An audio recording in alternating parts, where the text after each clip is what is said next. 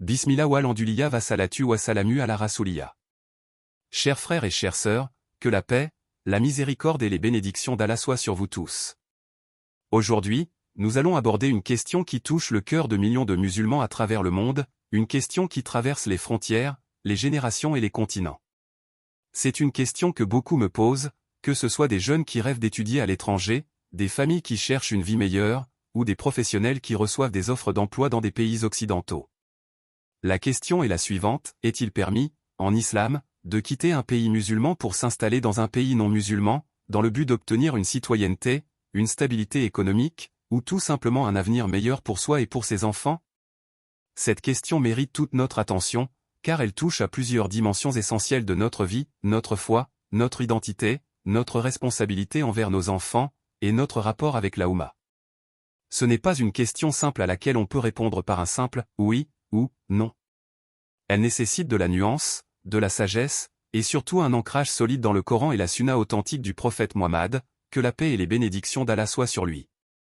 Avant de répondre en détail, laissez-moi vous dire une chose très importante, l'islam n'est pas une religion qui enferme les gens dans un territoire. L'islam est une religion universelle, destinée à toute l'humanité, et notre prophète lui-même, que la paix soit sur lui, a vécu l'expérience de l'émigration, la fameuse hijra, en quittant la Mecque pour Médine. Donc l'idée de quitter un lieu pour un autre n'est absolument pas étrangère à notre religion. Bien au contraire, elle fait partie intégrante de notre histoire et de nos enseignements. Avant de continuer, je voudrais vous demander une faveur toute simple. Si vous trouvez ce genre de contenu bénéfique, si vous sentez que cela répond à des questions que vous vous posez vous-même ou que vos proches se posent, alors abonnez-vous à cette chaîne. Cela nous permet de continuer à produire du contenu qui éclaire les musulmans sur leur religion avec des preuves solides. Mettez également un like à cette vidéo, car cela aide à ce que ce message touche davantage de personnes, et partagez-la avec vos amis, votre famille, vos groupes, pour que d'autres puissent bénéficier de cette explication. Que Allah vous récompense pour votre soutien. Maintenant, entrons dans le vif du sujet. Pour comprendre cette question correctement, nous devons d'abord comprendre un principe fondamental en islam, la terre entière appartient à Allah, et il a créé les êtres humains pour qu'ils la peuplent et y vivent, où qu'ils se trouvent, tant qu'ils peuvent y adorer Allah librement et y vivre dignement. Allah dit dans le Coran, dans la sourate An-Nisa, verset 97, « Ceux qui meurent injustes envers eux-mêmes, les anges demanderont, où en étiez-vous ? Ils diront, nous étions faibles et opprimés sur terre. Alors les anges diront, la terre d'Allah n'était-elle pas assez vaste pour vous permettre d'émigrer ? Ce verset est extrêmement important, car il établit un principe, lorsque quelqu'un se trouve dans une situation où il ne peut pas vivre sa vie, pratiquer sa religion, ou subvenir à ses besoins et à ceux de sa famille de manière digne. Allah lui a donné la terre entière comme espace où il peut chercher une meilleure situation. La terre d'Allah est vaste, et cette vastitude n'est pas seulement géographique, elle est aussi une invitation à ne pas s'enfermer dans une vision restrictive de notre existence. Ensuite, il faut comprendre la notion de hijra en islam. La hijra, historiquement, désignait l'émigration des premiers musulmans de la Mecque vers Médine, pour fuir la persécution et pouvoir pratiquer leur religion librement. Mais le concept de hijra ne s'arrête pas à cet événement historique.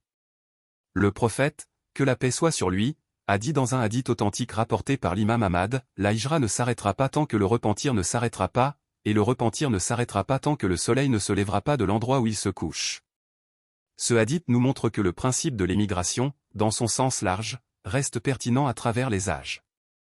Maintenant, la question qui se pose est la suivante, est-ce que quitter un pays musulman pour un pays non musulman est permis lorsque la raison n'est pas la persécution religieuse, mais plutôt la recherche d'un meilleur niveau de vie, d'une meilleure éducation pour les enfants, d'opportunités économiques, ou de la citoyenneté?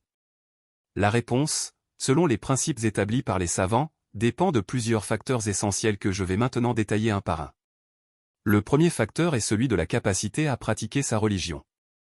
L'islam ne s'oppose pas à ce qu'un musulman vive dans un pays non musulman, à condition qu'il puisse y accomplir ses obligations religieuses, la prière, le jeûne, la zakat, et globalement vivre selon les principes de sa foi sans entrave majeure. De nombreux pays occidentaux, malgré le fait qu'ils ne soient pas des pays musulmans, offrent en réalité une liberté religieuse plus grande que certains pays qui se disent musulmans mais où les libertés fondamentales sont bafouées, où la corruption règne, où la justice est absente. Et où le musulman ordinaire souffre plus dans sa pratique religieuse que dans un pays occidental laïque mais respectueux des libertés individuelles.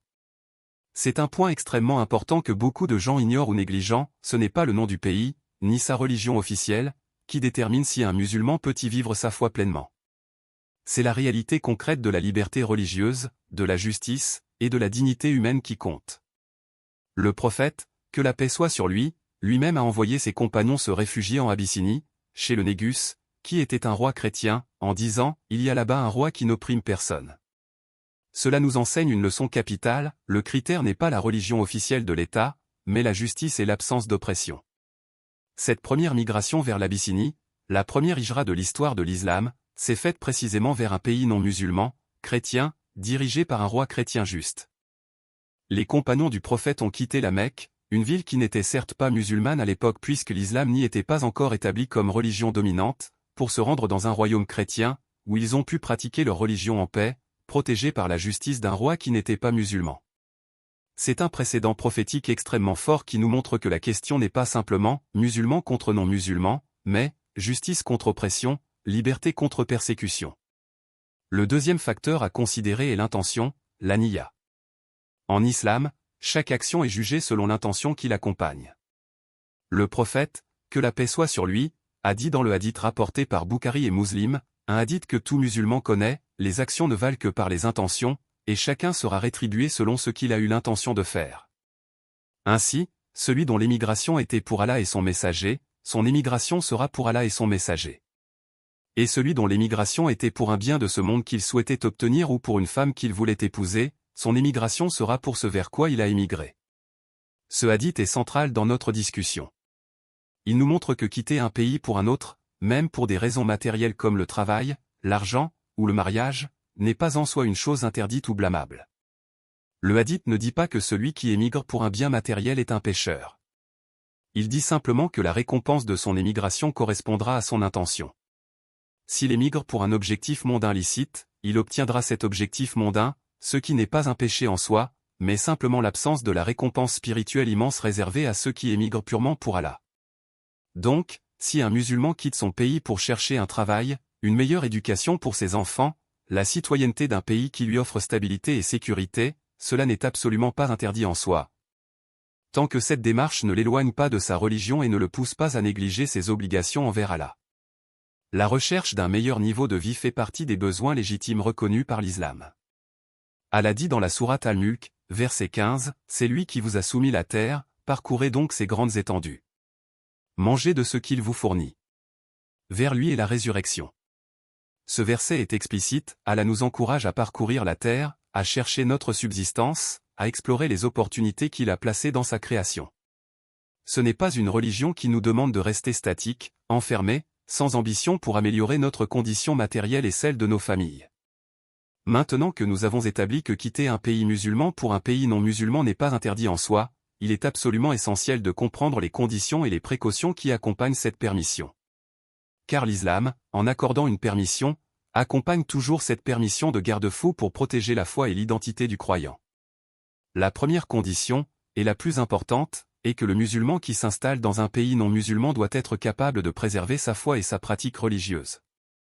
S'il sait, avant même de partir, que l'environnement dans lequel il va s'installer va le pousser à abandonner la prière, à consommer de l'alcool, à fréquenter des lieux interdits, ou à perdre progressivement son identité islamique sans aucune structure communautaire pour le soutenir, alors il doit réfléchir sérieusement avant de prendre cette décision.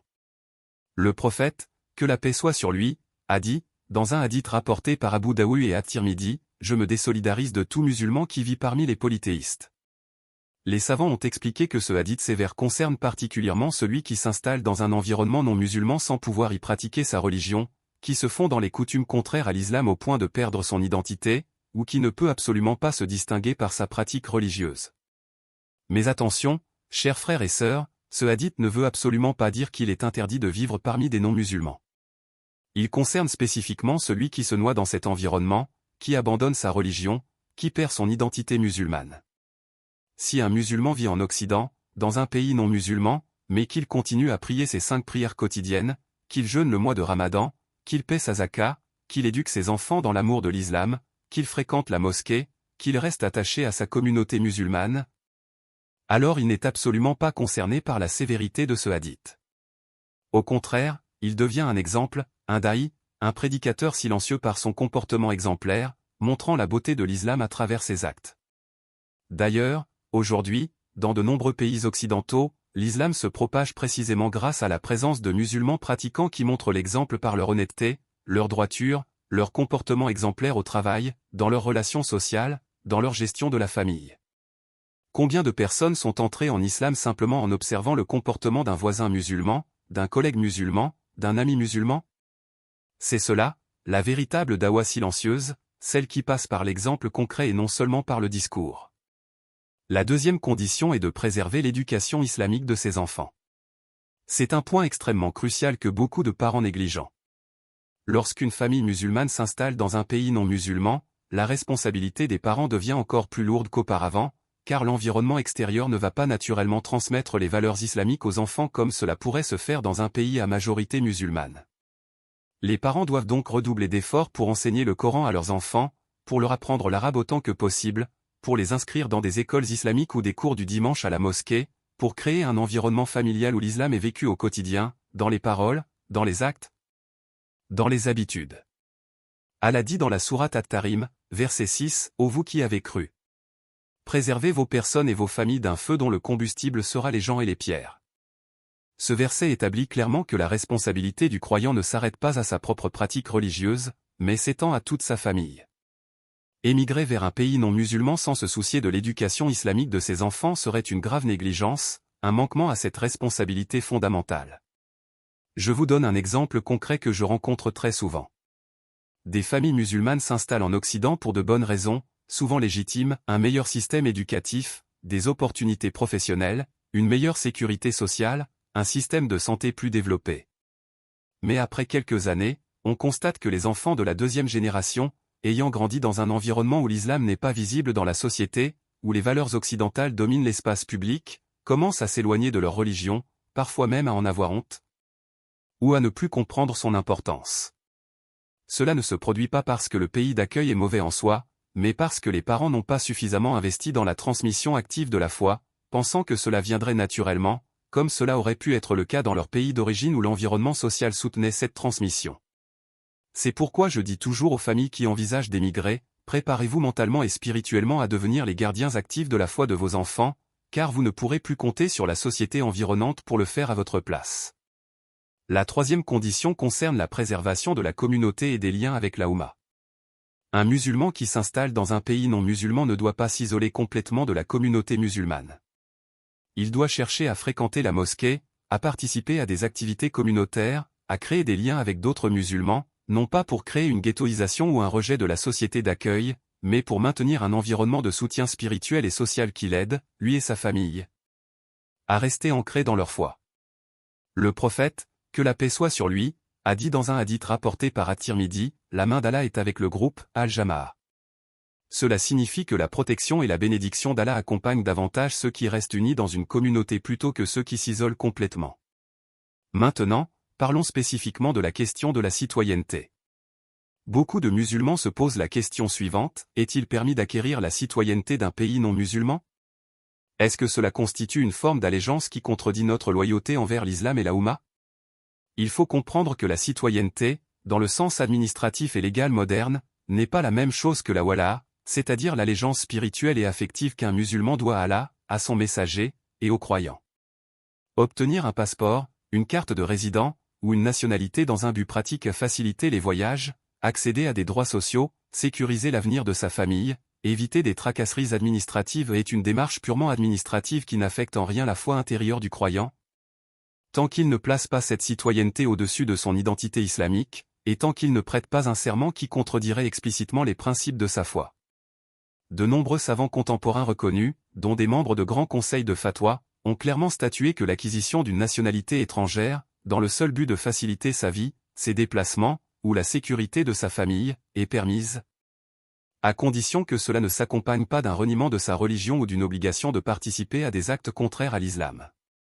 Ce qui est interdit, c'est de prêter allégeance de manière à renier son identité musulmane, ou à s'engager dans des actes qui vont clairement à l'encontre des principes islamiques fondamentaux, comme la participation active à des guerres contre des musulmans innocents ou le reniement explicite de sa foi. Il faut également rappeler ici une distinction essentielle entre deux situations différentes. La première situation est celle du musulman qui vit dans un pays où il subit une réelle persécution religieuse, où il ne peut absolument pas pratiquer sa religion, où sa vie ou sa liberté sont menacées à cause de sa foi. Pour cette personne, quitter ce pays n'est pas simplement permis, c'est même parfois une obligation, car préserver sa religion et sa vie est une priorité fondamentale en islam, l'une des 5 nécessités fondamentales que la charia vise à protéger, la religion, la vie, l'intellect, la lignée, et les biens. La deuxième situation est celle du musulman qui vit dans un pays musulman où il peut pratiquer sa religion normalement, mais qui souhaite améliorer sa situation économique, éducative, ou sociale en s'installant ailleurs. Pour cette personne, la décision est permise mais nécessite une réflexion plus approfondie sur les conditions que j'ai mentionnées précédemment, la capacité à préserver sa foi, l'éducation islamique de ses enfants, et le maintien des liens communautaires. Je voudrais maintenant aborder un point que beaucoup négligent, la responsabilité envers son pays d'origine et envers la Oumma dans son ensemble. Quitter son pays pour chercher une vie meilleure ailleurs ne signifie pas qu'on doit couper tout lien avec sa terre natale et avec la communauté musulmane qui s'y trouve. Beaucoup de musulmans qui réussissent à l'étranger oublient leurs racines, oublient d'aider financièrement leur famille restée au pays, oublient de contribuer au développement de leur communauté d'origine, oublient même parfois la langue et la culture qui les ont façonnés. Or, l'islam nous enseigne l'importance de maintenir les liens de parenté, la sila ar-rahim, où que l'on se trouve dans le monde. Le prophète, que la paix soit sur lui, a dit dans un hadith rapporté par Boukhari, n'entrera pas au paradis celui qui rompt les liens de parenté. Ce hadith s'applique même à distance, même à travers les frontières.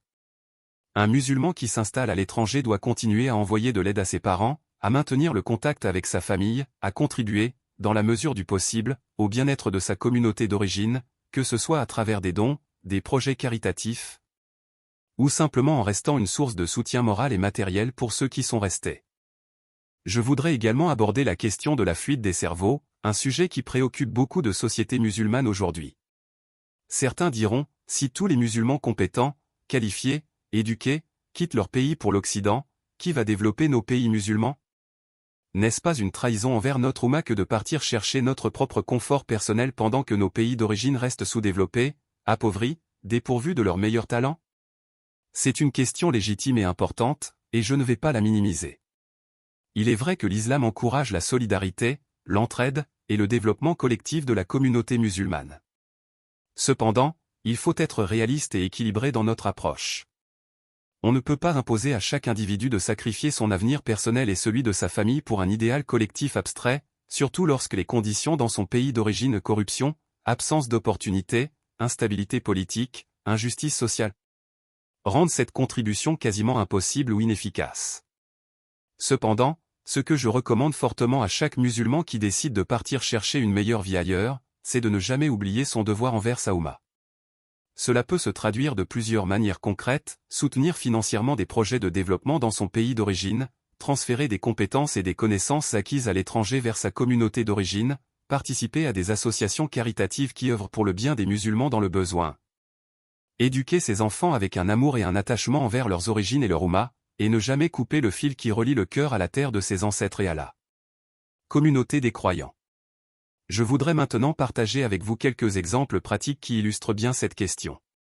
Prenons l'exemple d'un jeune ingénieur musulman qui reçoit une offre d'emploi extrêmement avantageuse dans un pays occidental, avec un salaire nettement supérieur à ce qu'il pourrait espérer dans son pays d'origine, et une opportunité de développer sa carrière de manière significative. Ce jeune homme se pose la question de savoir s'il doit accepter cette offre.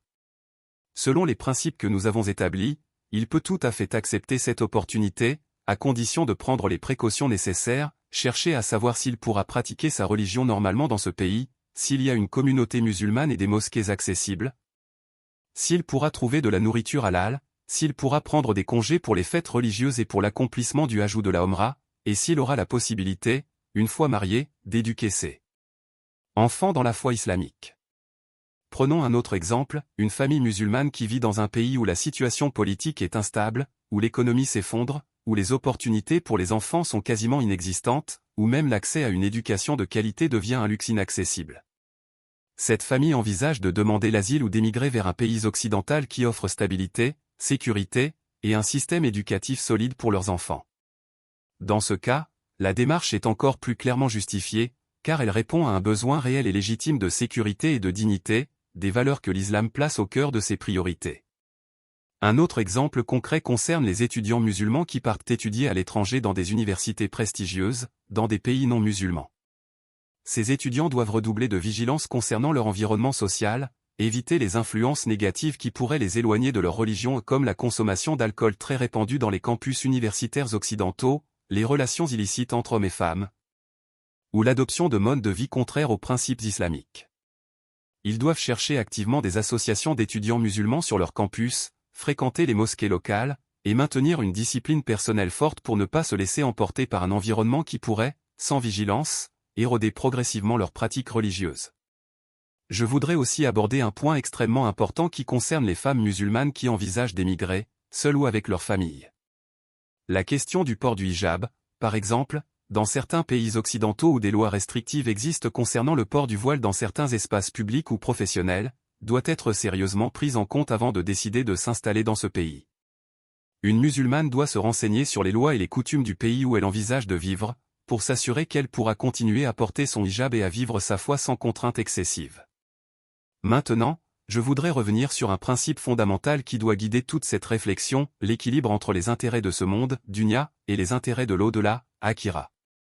L'islam ne nous demande jamais de sacrifier totalement notre bien-être matériel et notre développement dans ce monde au profit d'une spiritualité déconnectée de la réalité. Mais il ne nous demande pas non plus de sacrifier notre au-delà et notre foi pour le simple confort matériel de ce bas monde. Allah dit dans la sourate Al-Kahza, verset 77, recherche, par le bien qu'Allah t'a donné, la demeure dernière. Et n'oublie pas ta part ici-bas. Et fais du bien à autrui comme Allah t'a fait du bien. Et ne recherche pas à répandre la corruption sur terre, car Allah n'aime pas les corrupteurs. Ce verset magnifique établit un équilibre parfait, nous devons rechercher la réussite dans l'au-delà, sans pour autant négliger notre part légitime de bien-être dans ce monde. Émigrer pour améliorer sa situation matérielle n'est donc pas contraire à cet équilibre, tant que cette recherche du bien-être matériel reste subordonnée à la recherche prioritaire de la satisfaction d'Allah et de la réussite dans l'au-delà. Avant de conclure, je voudrais vous inviter, une fois de plus, à soutenir cette chaîne. Si ce contenu vous a été bénéfique, si vous avez appris quelque chose de nouveau, si cela a répondu à des questionnements que vous aviez vous-même ou dans votre entourage, alors abonnez-vous, mettez un like, et surtout partagez cette vidéo avec le maximum de personnes possible. Chaque partage est une bonne action qui peut aider quelqu'un d'autre à comprendre sa religion correctement, et qu'Allah vous en récompense.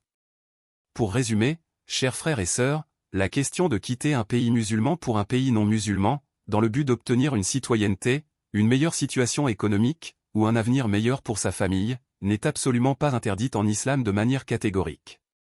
Le principe général, fondé sur le Coran, la Sunna, et l'exemple même des premiers compagnons du prophète qui ont émigré vers l'Abyssinie chrétienne, est que la terre d'Allah est vaste, et que la recherche d'une vie meilleure, plus stable, plus digne, fait partie des droits légitimes reconnus par notre religion.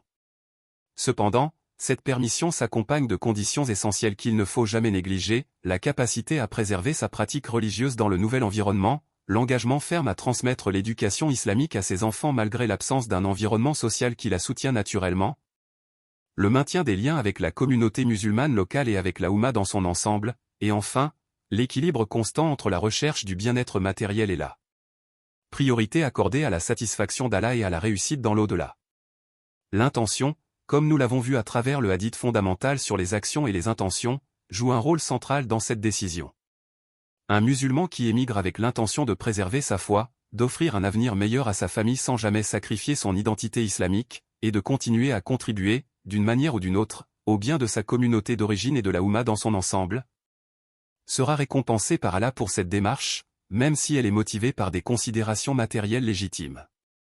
N'oubliez jamais, chers frères et sœurs, que où que vous soyez dans le monde, votre véritable patrie, votre véritable identité, reste votre foi en Allah et votre appartenance à la communauté des croyants. Les frontières géographiques, les nationalités, les passeports, ne sont que des instruments administratifs de ce bas monde. Ce qui compte véritablement, ce qui déterminera votre sort dans l'au-delà, c'est la solidité de votre foi, la sincérité de votre adoration, et votre capacité à rester attaché aux enseignements de l'islam où que vous viviez sur cette terre. Je vous invite donc, chacun d'entre vous qui envisage cette démarche d'émigration, à la réflexion sérieuse, à la consultation d'Allah à travers la prière d'istikhara, et à la consultation de personnes sages et pieuses autour de vous, avant de prendre une décision aussi importante pour votre vie et celle de votre famille. Et si vous prenez cette décision, faites-le avec l'intention sincère de préserver votre foi, d'éduquer vos enfants dans l'amour de l'islam, et de rester un exemple vivant de la beauté de notre religion, où que vous soyez sur cette terre. Que Allah nous guide tous vers ce qui est le meilleur pour nous, dans ce monde et dans l'au-delà. Qu'il nous accorde la sagesse de prendre les bonnes décisions, la force de préserver notre foi en toutes circonstances, et la capacité de transmettre cet héritage précieux à nos enfants et aux générations futures. Avant de terminer, je vous invite une dernière fois à vous abonner à cette chaîne si ce n'est pas encore fait, à mettre un like à cette vidéo, à la partager avec le plus grand nombre de personnes possible, et à écrire dans les commentaires « Allah Akbar » pour témoigner de votre engagement envers ces enseignements. Que Allah vous bénisse, vous et vos familles, et qu'il vous facilite tous vos affaires, dans ce monde et dans l'au-delà. Assalamu alaikum wa rahmatullahi wa barakatuh.